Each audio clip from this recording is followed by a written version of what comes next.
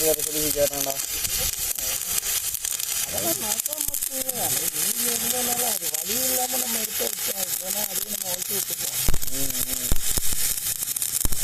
அது கேட்கலாங்க.